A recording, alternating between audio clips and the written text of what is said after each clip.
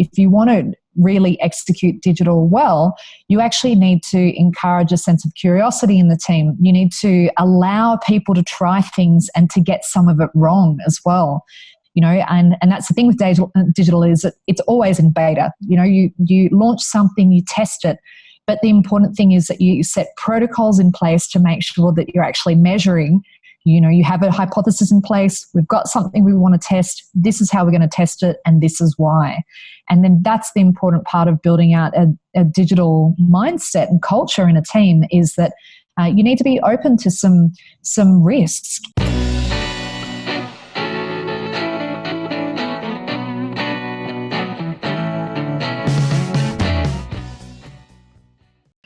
Hey guys, I have Jodie Collins here with me. She is the founder and managing director of Read Digital, a strategic digital marketing consultancy which works with companies across Asia to guide them through digital marketing and digital business transformation.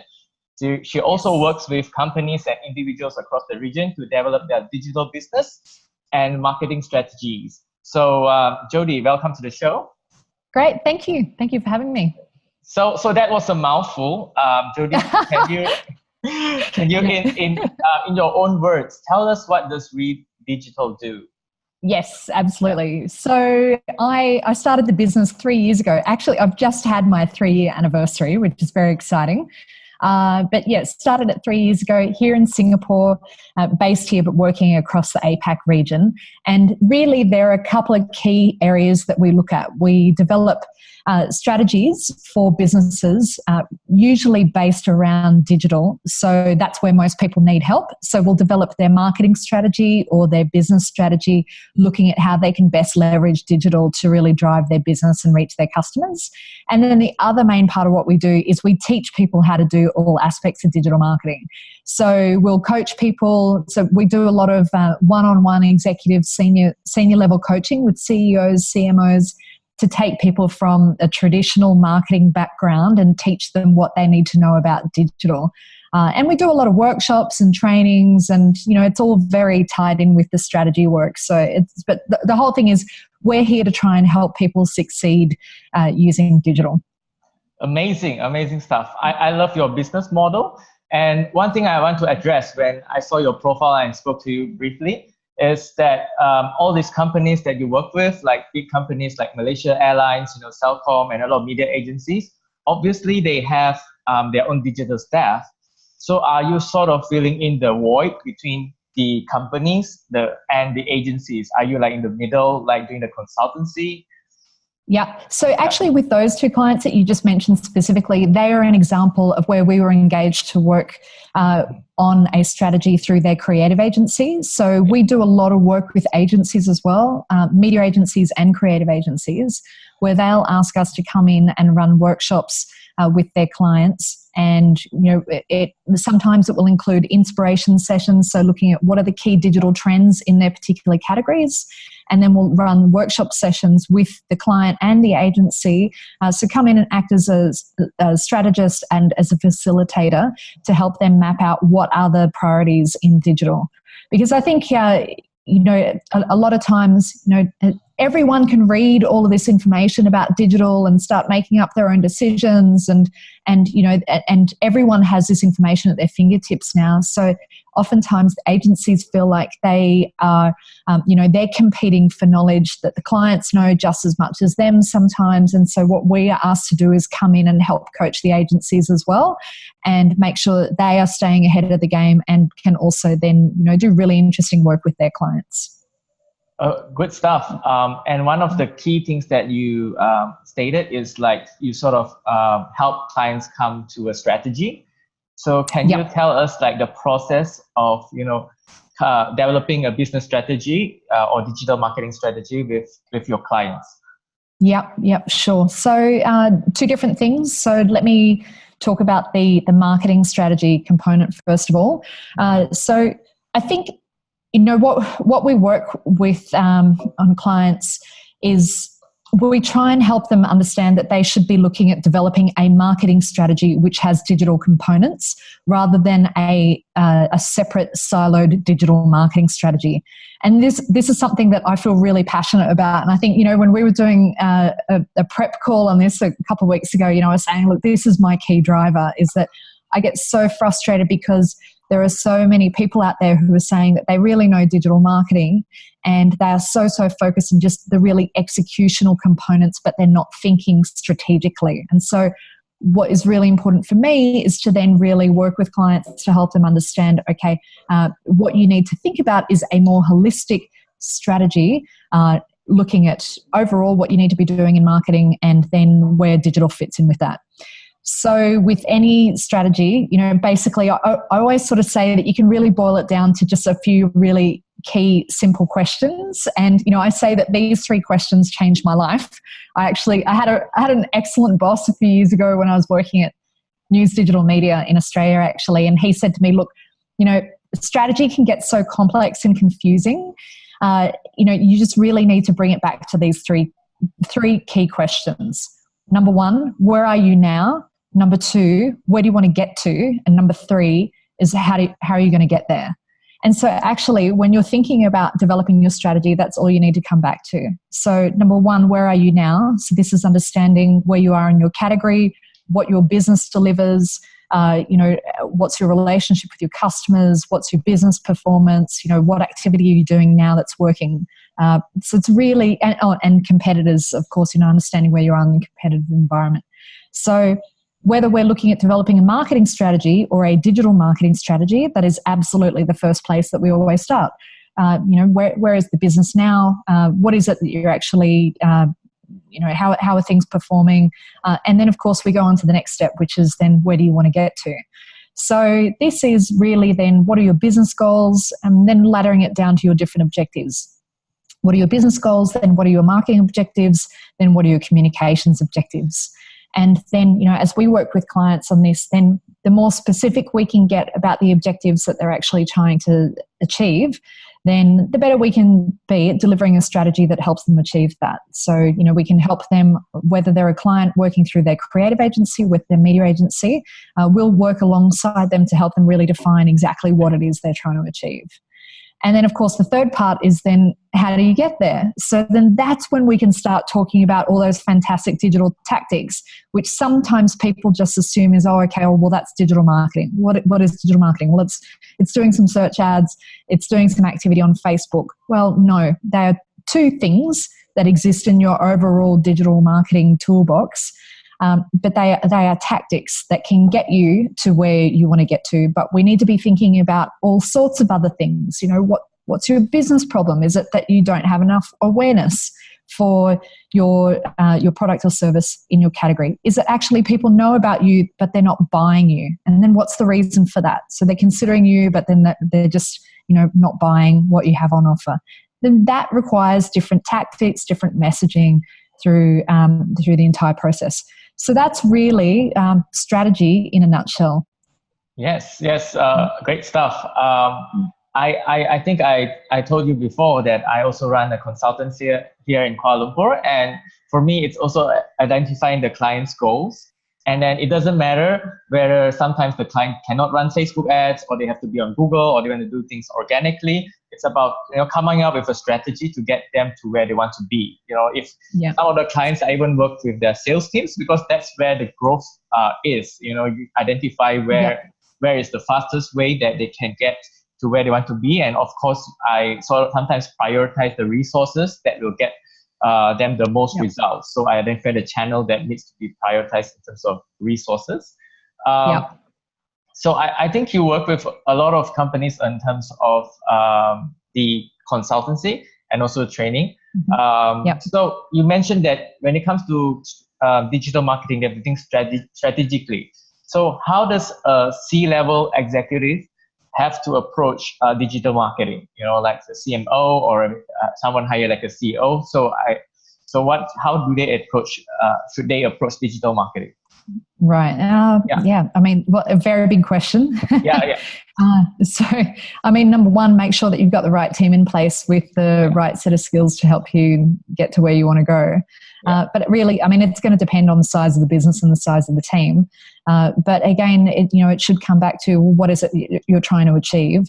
When you then, have the team in place, then it's about setting the right partners in place. So whether you have a specialist search agency or a media agency or a creative agency, who are all of those partners that are going to help you really achieve where you want to achieve what your goals are.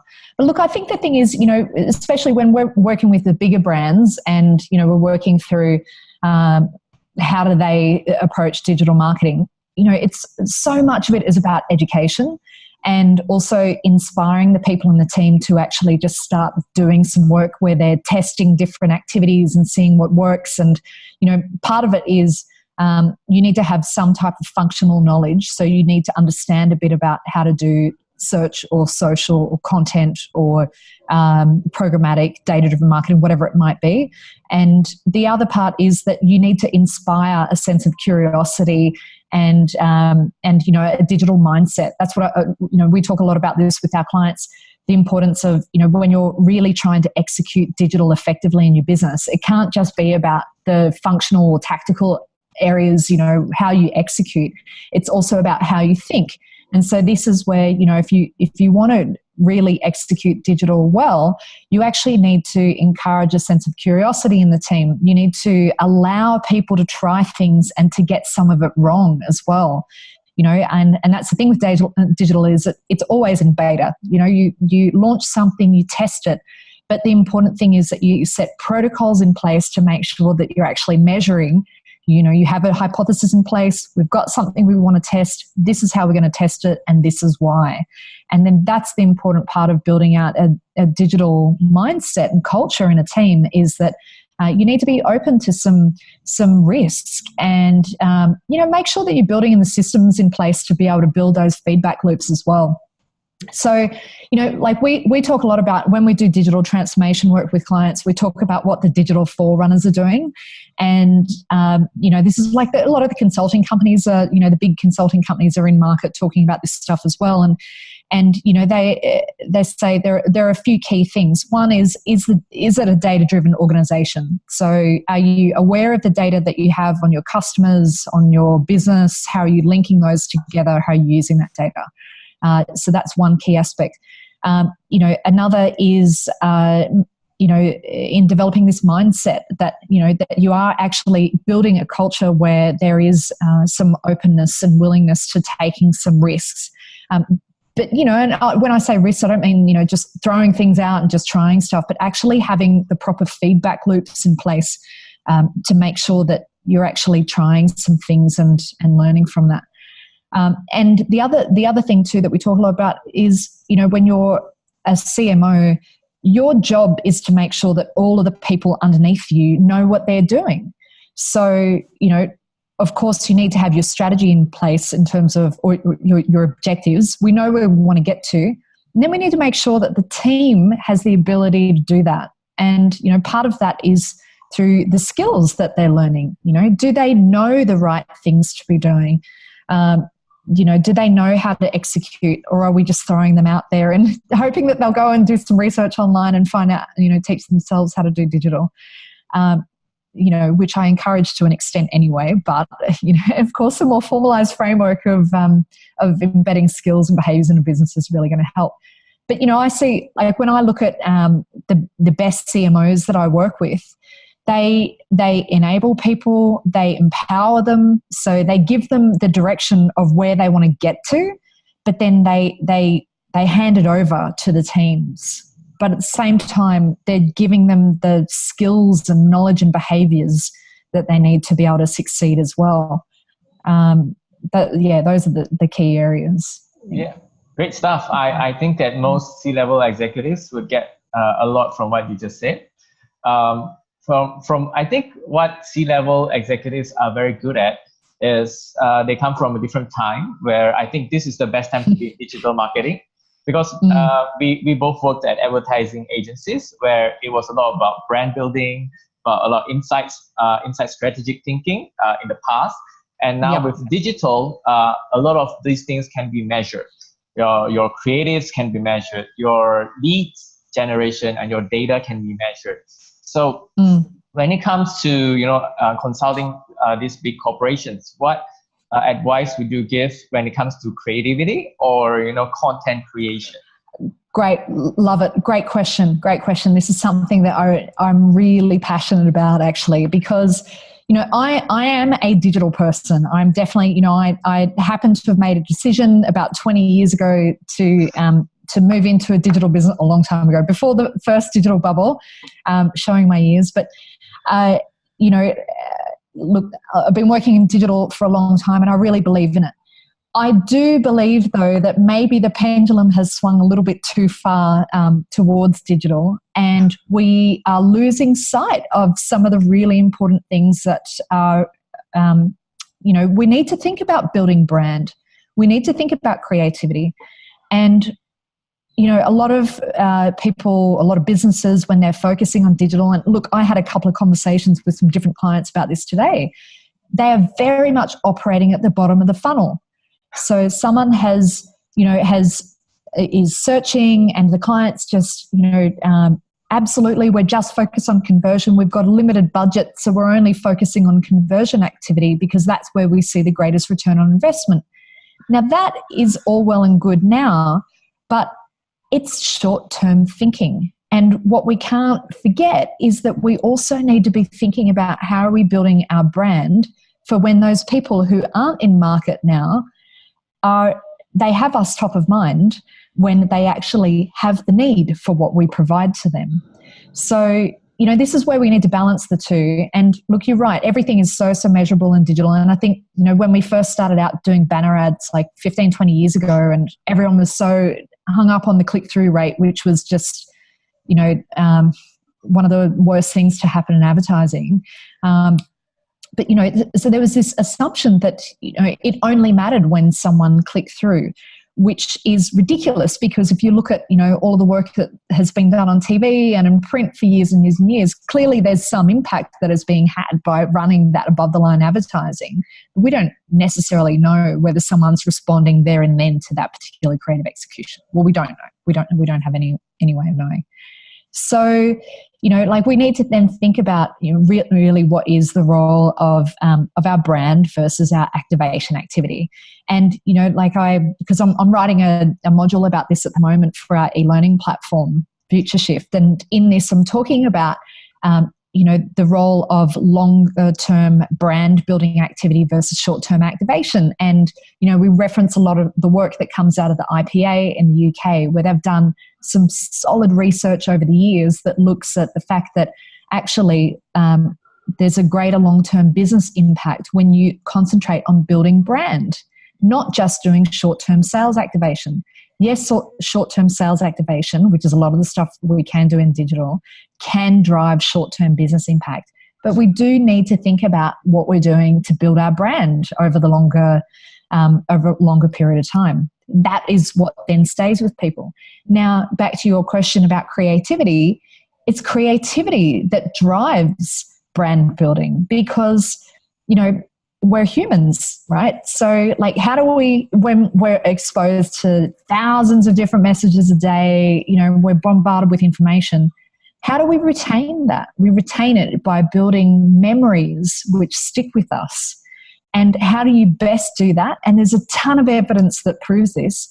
We do that best by creating memory structures, which are things that they're brand associations. So it's usage of logos and colors and stories and, human emotion, things like that. So there are all these different ways that actually help you retain messages. And it's not just about a rational message, it's about something that is more emotional. And so, even though we have all of this great focus on digital and all these wonderful tools, we still need to think about what's the role of building brand in all of that.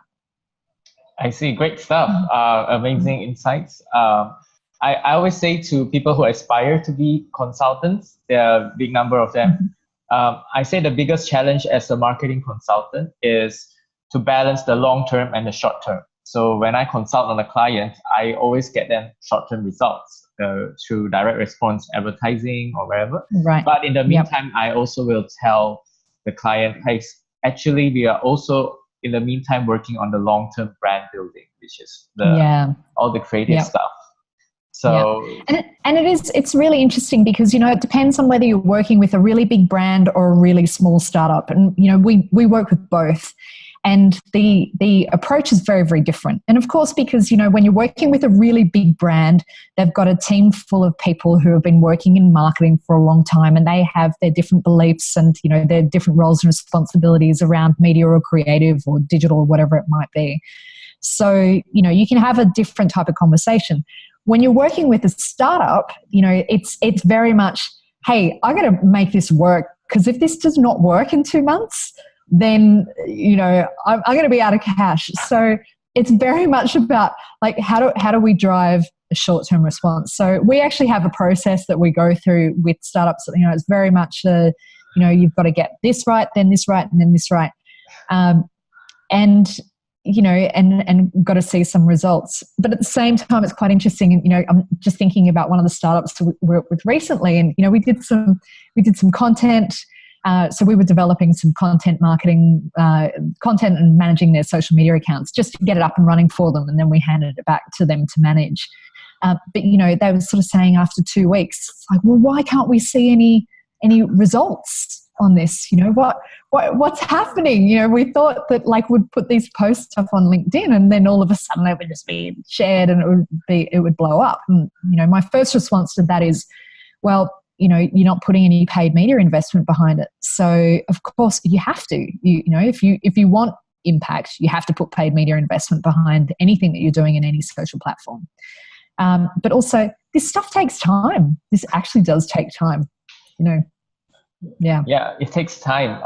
And you mentioned startups. So one of the things that I consult on is I basically optimize or scale their funnel. So it's a new digital marketing term, but what's your thoughts on like a marketing funnel? Because I think that's one way of putting it, but in the end, your customers are still humans, so they don't fit in a specific part of the funnel. You can spend a lot of time on the top of the funnel and then drive them to the conversion part. But what are your thoughts? Okay, I mean, the marketing funnel is not a new concept. It's one that has been around forever. It's the consumer decision journey. It's just that with the digital tools that exist now, you have more control over aspects of it because we're able to track, what someone responds to. We can remarket to them, so we can make some assumptions. Well, if they've downloaded this white paper, then they're going to be interested in going through to this next stage in the process. And so, this is definitely useful, and, particularly for some types of businesses like B2B, and some startups that we've worked with, we've definitely seen this as being quite useful. But it does assume a certain sense of linear nature to the process that people go through, and they don't. And, you mentioned like we're dealing with humans. Yeah, for sure. So, I think as long as we're, when we're working with startups and they understand that, or small clients, whoever it might be, that it's using the marketing funnel as a way to plan and execute, that, there are, yes, we can try and send people through a process, but it's not always going to be linear. And, just look, I think, it's about making sure that we've got the right data that we're collecting, that we're then understanding the different behaviors that people are exhibiting. So however we're tracking it, whatever marketing automation tool we might be using to drive people from one step to the next. Do we have the right content in place that meets the needs of people as we're trying to drive them through the funnel? All of that is definitely, it's all super useful and a good part of the process.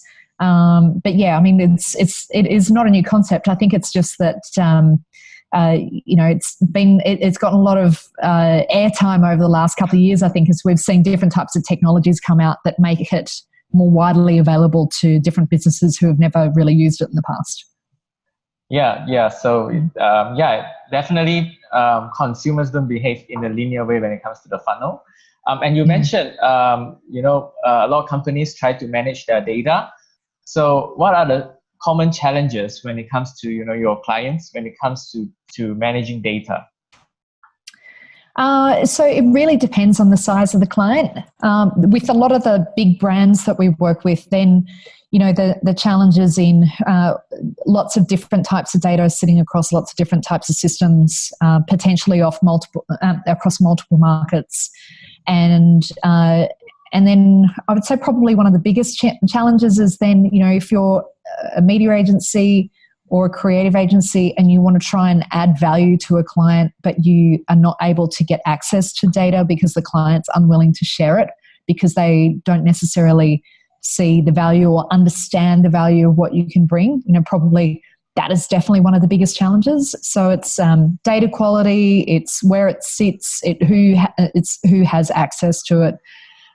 It's interesting, actually. I know someone who's been working on a pitch recently for a really big brand, really big global brand, and one of the questions that they were going through was, that this brand wants to see a lot of really clear direction as a part of the pitch about what they can do, and they're looking for a response. And the request was put in for getting access to data, and they were denied that because they were sort of told, well, look, that's just we can't share that information with you. But I think then, so the question is, okay, well, is that situation going to change after we then win the business, would be my first question. But then also, look, there needs to be a sense of openness to being able to share some of this information, because without it, your partners can't deliver great work for you, because you need that. You need access to information to be able to dig out the insights which are going to help drive your business. So look, that is definitely one of the big challenges that we still see. And then look, I think, of course, the big problem with walled gardens, so you've got your Facebook ecosystem, you've got your Google ecosystem, you've got everything else. Potentially then, if you're a big brand, maybe you're using something like Salesforce to collect CRM data, maybe you've got some proprietary systems, you've got your point of sale data, which you're collecting with something else. All of that means that, as a marketer, you need to start having some really IT-led conversations and have a very close relationship with your IT person as well. And so that's definitely something that we have seen a lot of. And when I do the senior exec level coaching with like CEOs, CMO level, part of it is in getting them comfortable with the language for how they can work with their IT team so that they understand, data taxonomy and different types of systems where you can integrate, data flows between different silos where it's being kept. So, still a lot of huge challenges there. I think another challenge is just in the talent that is available. I think if you're looking for a career direction, anyone that is out there listening to this, if you're looking for, hey, I'm worried about I'm working in advertising and I think I'm going to be automated out of what I do in the next couple of years, go into data science. This is absolutely the career of the future. And, there's such a huge demand across categories, businesses, markets. This is, anyone that's able to assess and analyze data, someone with some coding capability just to be able to scrape data off different sources of the internet, bring together internal insights and then actually review it and look for something meaningful. That skill set is absolutely gold. So, but I think that's something that's probably holding us back as well, is because that talent is, it's not widely available. Yeah. One of the questions I wanted to ask you is, because you've been consulting, is how has the organization chart of a marketing team changed? Because what you just said, marketing. So I'm a traditional marketer. I'm a marketer focused on growth, on running campaigns, growth, building brand. But there is a new type of marketer emerging, which has a different skill set, which is more closer to the IT. So he's more like a marketing analyst or a marketing operations person, and focus more on automation and management of data. So what are your thoughts on the new type of marketing team? We even have some even have like a customer, like existing customer marketing person. So what are your thoughts on the new type of marketing team?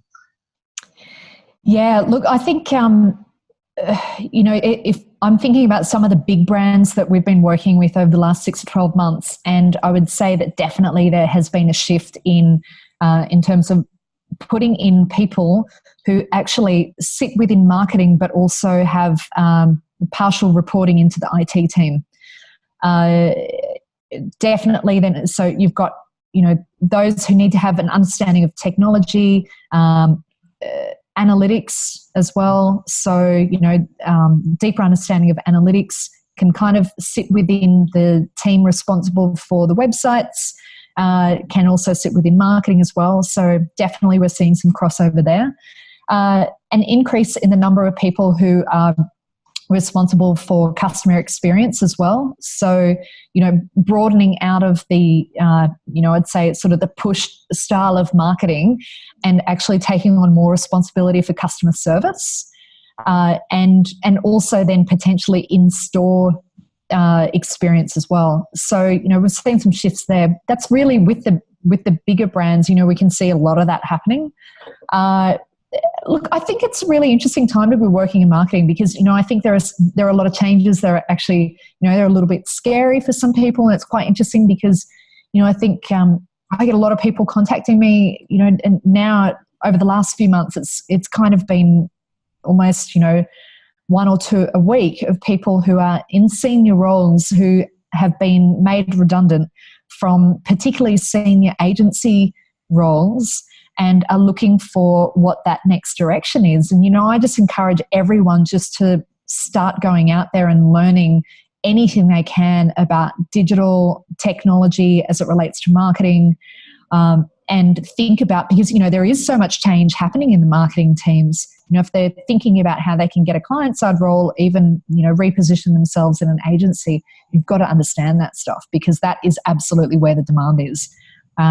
Customer experience, analytics, data insights, marketing automation, so better understanding of integration of tools like Salesforce with, integration with Google, just getting a deeper understanding of your data and how you remarket, building different audience segments, what that means for your business. All of that is, it's quite a different way of operating. And then the other thing is too, is, as we see all these changes, of course, the other thing we're seeing is huge introduction of automation across particularly some of the media work. And, we're seeing this in definitely in analytics. We're seeing it in the search work that we're doing.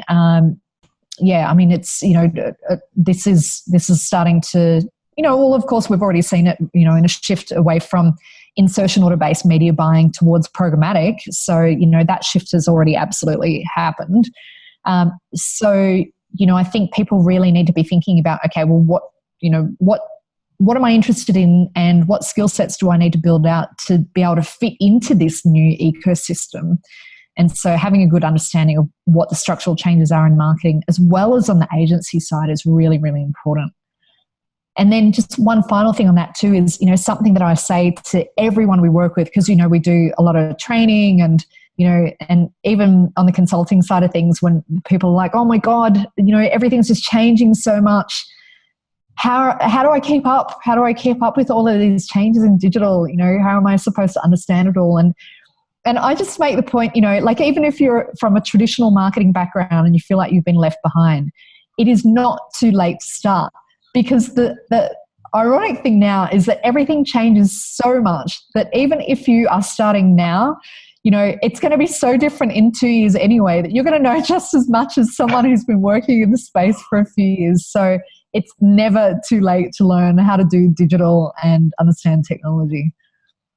Yeah, that's great. That's part of like having the digital mindset. So it doesn't matter what tools or what are the new trends in the market. It's having like what you said, a digital mindset to get the most growth. Yep. Yeah. One. And then just on that too, I think, like a lot of, when we're working with agencies, particularly, so we look at both agencies and marketing teams, and we look at what's the right structure for your business. So based on, where you are now and where you want to get to, then we'll help guide them on, okay, we review the skill sets in their business. So we survey them, we check, okay, how digitally ready is your business? And so we'll look at what skill sets exist and then what needs to be developed out.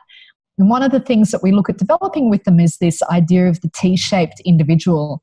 And, this is someone who has broad understanding, if you think like the top of the T, the broad understanding of a lot of different areas across digital, and it should also be strategy and marketing as well, but one area that they know really, really well.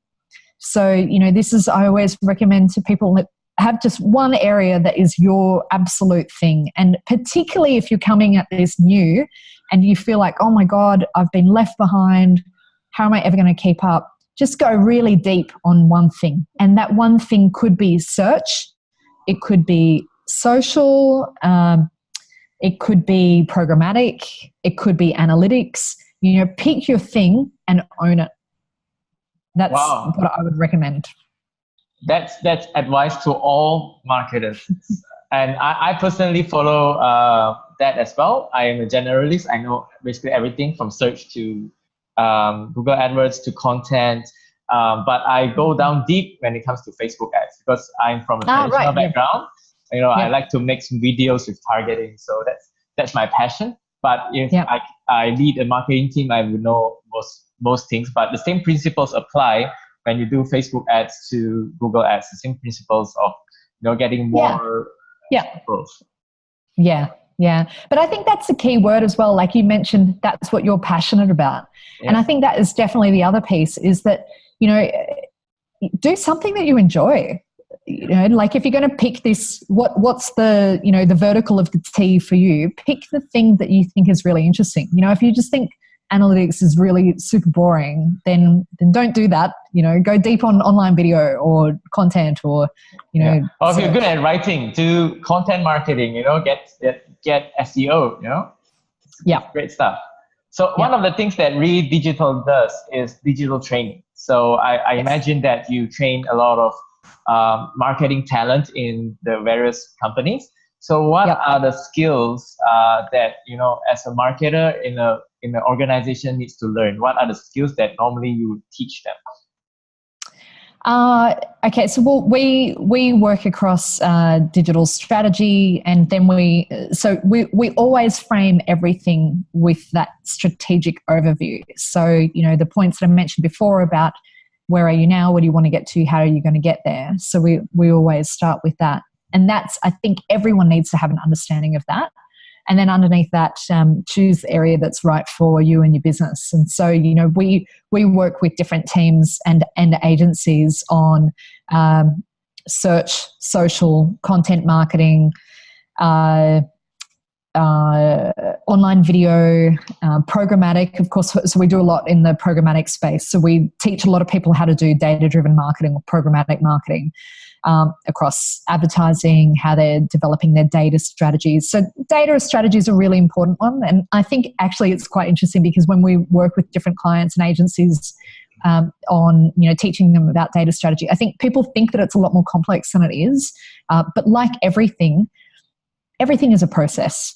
Everything is a process. So, you just need to then think about exactly, and this is, of course, then we work with clients on this, but, we help them map out what is required for your business.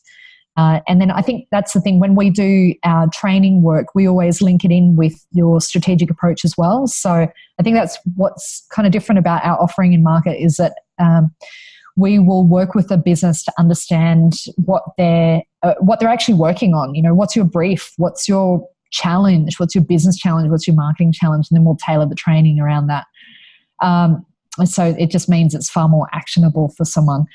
But look, I would say, in addition to those areas, analytics, I've already mentioned that a few times as well, really just starting to dig into whether you've got Google Analytics or Adobe Analytics, get your hands on that stuff, do some training, but also just ask your, whoever handles it in your business, or if you're working in a small business, just do it yourself. Go in there and start just getting familiar with the terms, understanding it, play around with it. I think that's always the best thing to do. And other than that, I think those are the key areas. But always bring it back to strategy. I think that's the key thing. You need to understand measurement and effectiveness, why you're doing things. All of that is then ties back to your strategy as well.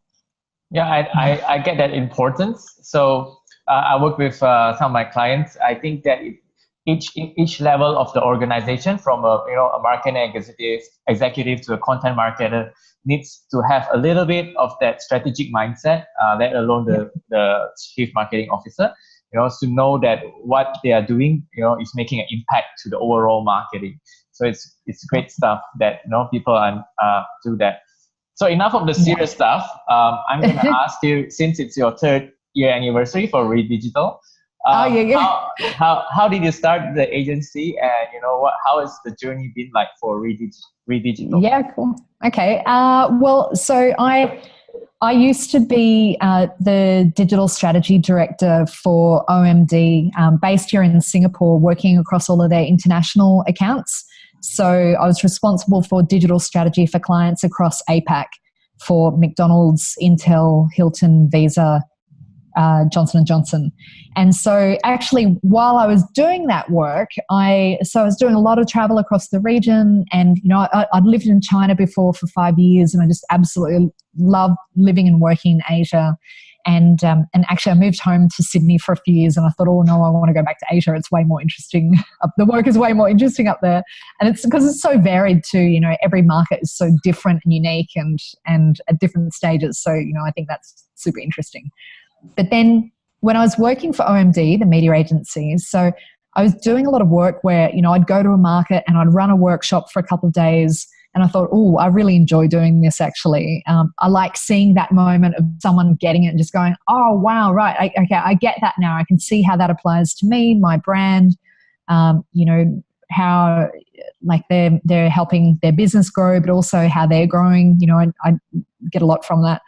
But I was doing a lot of work where, I'd develop this strategy work, and then I'd be talking to, either our counterparts in market or clients in market, and they weren't quite getting a lot of what we were talking about. And I thought it's because we need to, a big part of developing strategy is you've got to educate on because everything's changing in digital all the time. You've constantly got to be educating.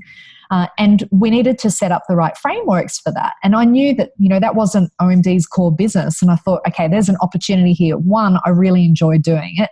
And two, I think, there is an opportunity. So I left OMD, and then I actually, because I'd resigned, and then the notice period just kept extending. And then finally I just went, oh, okay, need to wrap this up. And actually my first client was OMD and Johnson & Johnson.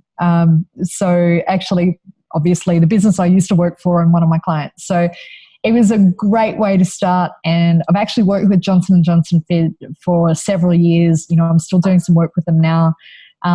So, it's been an excellent start. But so the journey, to answer your question about that, just look amazing. I cannot believe it's been 3 years. And I have learned so much. And, there's a lot that I think, okay, wow, I was really lucky with that. And, we had such a good start. Our first 12 months was just amazing. It did surprise me that I realized a lot of the cash flow actually was coming primarily from the consulting work and less about the training.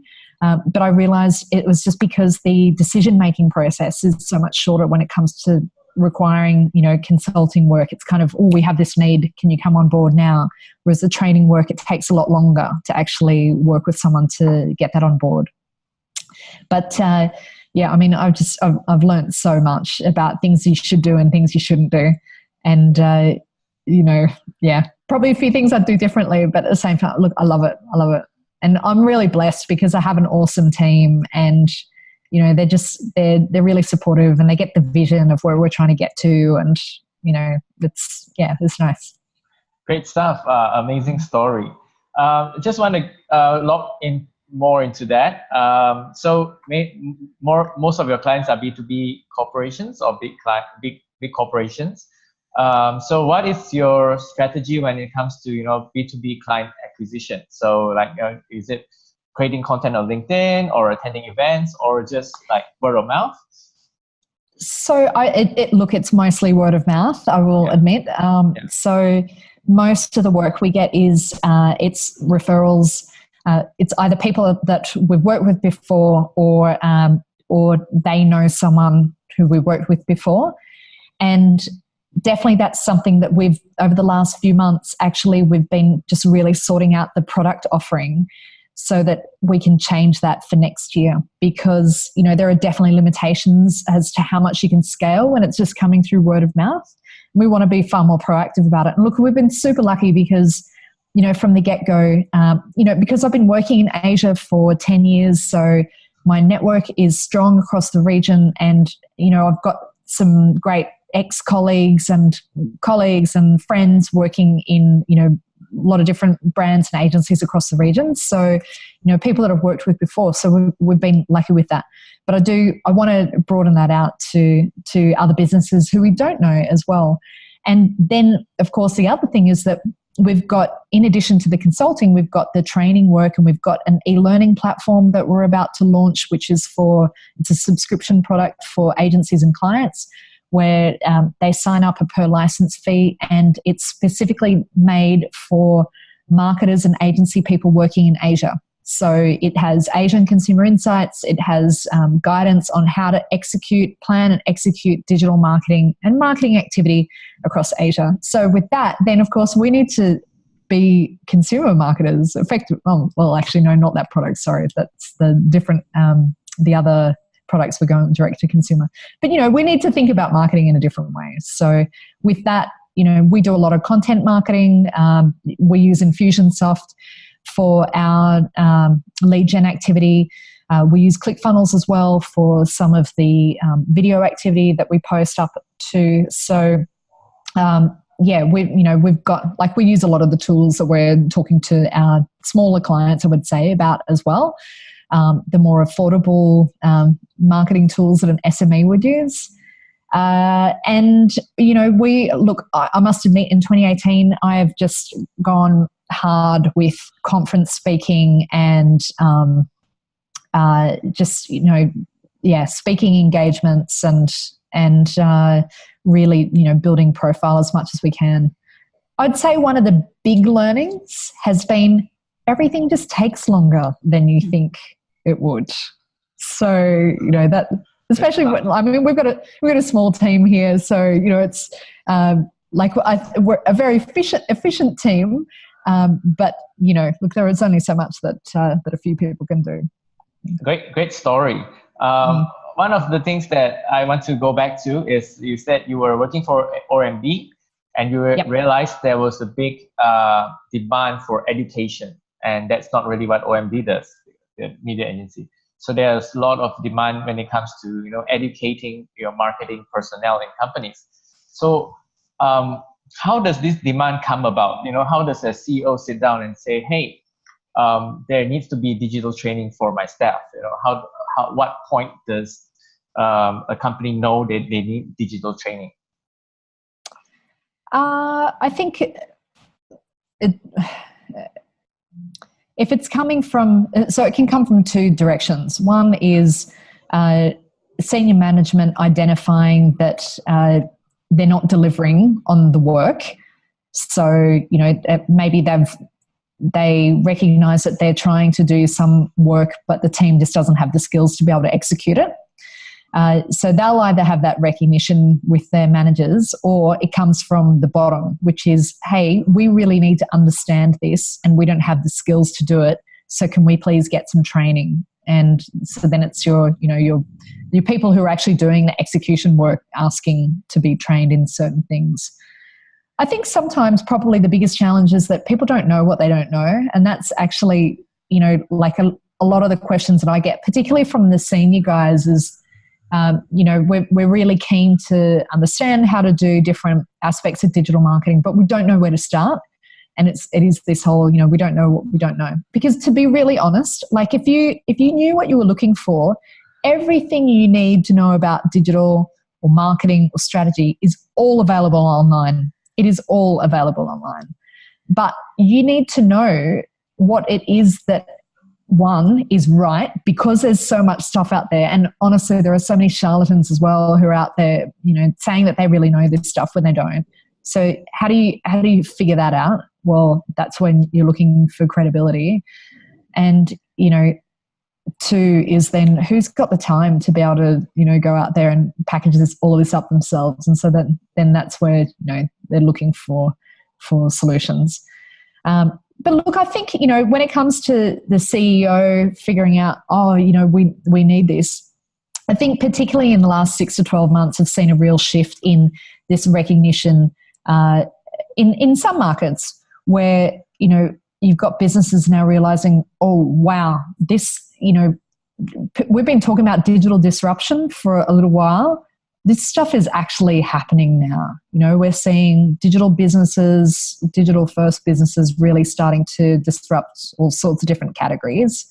And, look, kudos to the Singapore government. They do an amazing job at actually trying to drive change within, not just big business who can kind of look after themselves, but in smaller businesses too. And, they've got all these digital transformation initiatives and encouragement for SMEs to also go through digital transformation. And so I think, here what we see is a lot of work in market telling, business owners, well, you need to get on board with this actually. And then also they support them a lot too with different grants and things to, be able to enable skills development in businesses. But yeah, I think, it needs to come from both the top and the bottom. But then if you want to enact digital transformation and actually have that change work effectively in a business, that's got to come from senior management. No matter how many people you have at a junior level who've decided, oh, we need to know this stuff and we need the business to change. If it doesn't have senior leadership buy-in and that support of the direction where they want to get to, it will fail.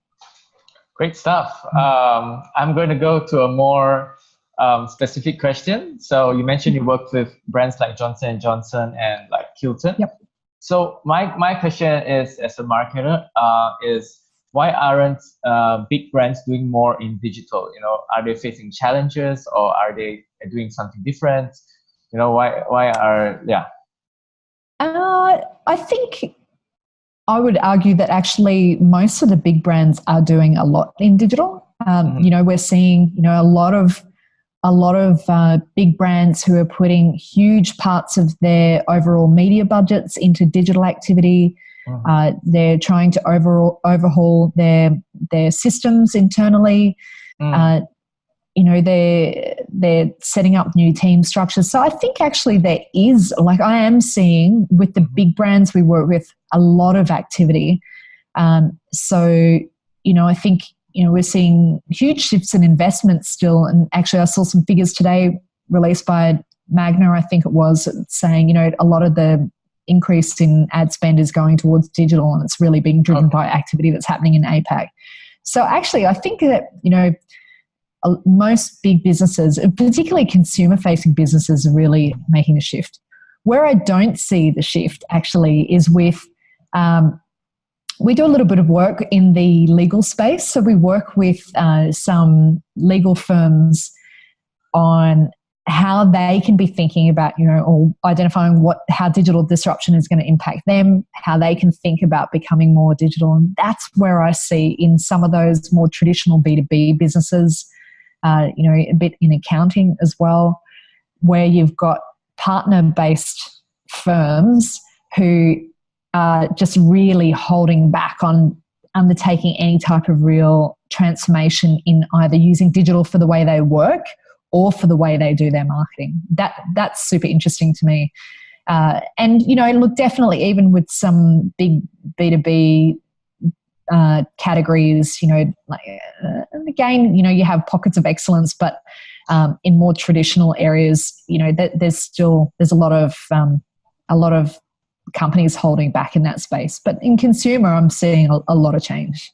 Great. I hope to see like more stuff from the big corporations, because I work a lot on the advertising side and the influencer marketing side. So I hope to see like more from these big corporations. So you said that you have extensive experience here in Asia, and you say it's very exciting and interesting. Can you tell more the audience like why is Asia an exciting market to work on? Is it the infrastructure or the adoption of digital? Do you know, I think it's actually more the mindset. I moved to China 15 years ago, actually, and I moved there to study Chinese, and my intention was just to stay there for a few months, and I ended up staying for 5 years, and I loved it. I had this amazing life experience as well as work experience. And while working there, what I discovered was that there's just a different mindset to being able to try new things and work in different ways. And, actually, it was kind of what I thought would happen was kind of the opposite. I thought it would be very, very rigid. And, I'd heard things about then, you go and you work in China and you're told, no, you can't do that. No, you can't do this. But actually, I found it to be the opposite, where if you just ask questions in different ways, anything becomes possible. And now, it's the most interesting digital technology-led market in the world. There's so much innovation coming out of that market. But so I certainly found that. I found it to be an incredibly entrepreneurial culture, which really shocked me because, I had these preconceptions of what working in a communist country was going to be like, and it wasn't anything like that. It was amazing. And then actually, I moved back to Australia, and actually, it was for personal reasons at the time. I wasn't really ready to leave, but my partner at the time wanted to leave, so we moved back to Australia. And then I actually had reverse culture shock. I think coming back to Australia and then working within this, this is how we do things here, and no, we don't do things like that, and we don't try, this is what we do. And I was like, oh, wow, I've got to get used to this again, actually. And so, particularly Australia is a very interesting market. It's very sophisticated, but it's also very insular. And, people there like to do things the way that they like to do things. And so I missed that vibrancy and that willingness to be open and try new things that is inherent in every market across Asia. And so, except for maybe Japan, actually, I should caveat that. Some challenges of working in Japan. But so then I thought, okay, you know what? I want to go back to Asia and try this out.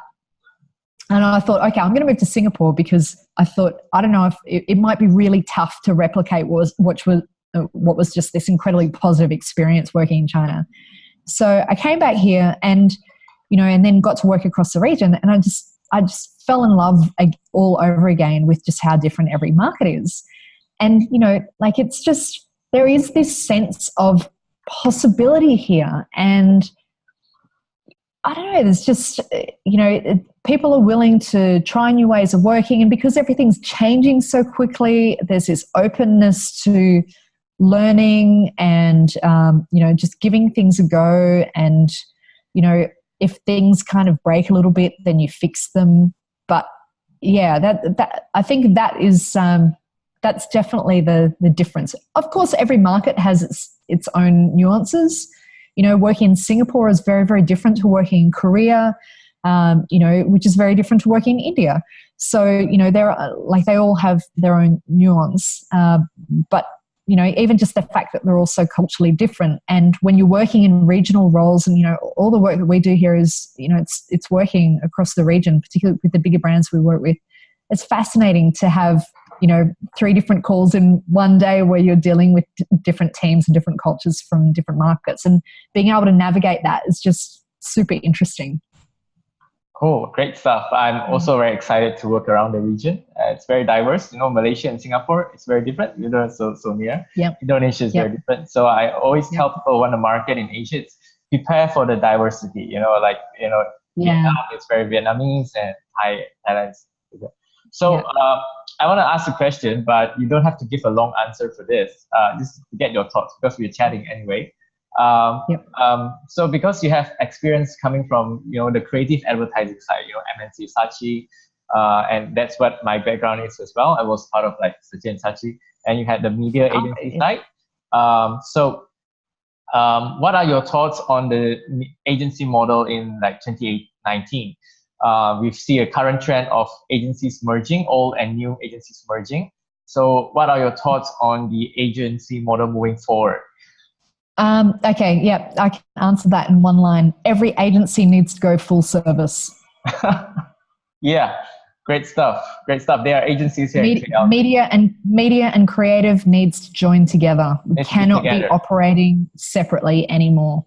That's the best one line I've heard. That's the best one line I've heard so far. So before we wrap up, we talked for a long time.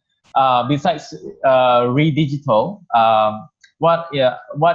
so this is for more of the audience on LinkedIn. What marketing resource would you recommend like a marketer to consume? Whether it can be a book or can be a podcast, besides the ATT podcast where you host. Yeah.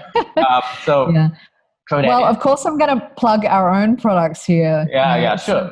So we've got a strategic digital marketing course, which is an online 8-week course that is made specifically for people who come from a traditional marketing background or agency background and want to understand digital. We also have an online programmatic foundations course, so for people who just want to understand what is programmatic advertising and how can they go about planning it. So those, I think, are two excellent resources to check out.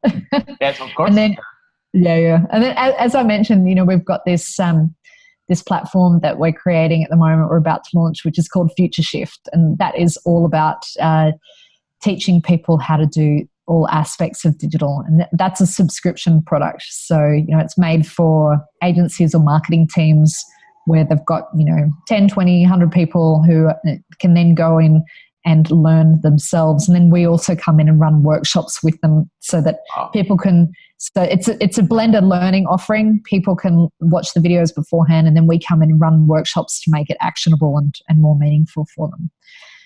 So those are, our tools. And otherwise, some of the, I'm always reading, new books, actually, to be honest, what I spent the weekend doing? I printed off a whole heap of really good stuff from WARC, WARC.com. Excellent, the best strategy resource available. WARC, WARC.com. Oh, WARC. It is a subscription product and it is not cheap, but it is so good. And it's, if anything that you want to know about the latest research and evidence-based case studies in marketing and strategy, that is my go-to. So actually, as I said, I'm just writing this new module at the moment for the strategic digital marketing offering, and so I spent all weekend reading that stuff. So yeah, great stuff. Thanks for sharing. So last question, and I have to ask this because it's in the back of my mind. So a lot of some of the marketers online have come up and said like they have opinions about programmatic advertising. So what are your thoughts? Because it can be a costly channel to invest in, and it can be a very effective channel because there's a lot of targeting, a lot of analytics. So what do you think is the future of programmatic advertising moving into 2019? So I still think we're in pretty early days, actually. I don't think as marketers, I don't think most are using it effectively as yet. It's very much a direct response channel really at the moment. And I think we need to think about how we're planning, for instance, our creative better for programmatic.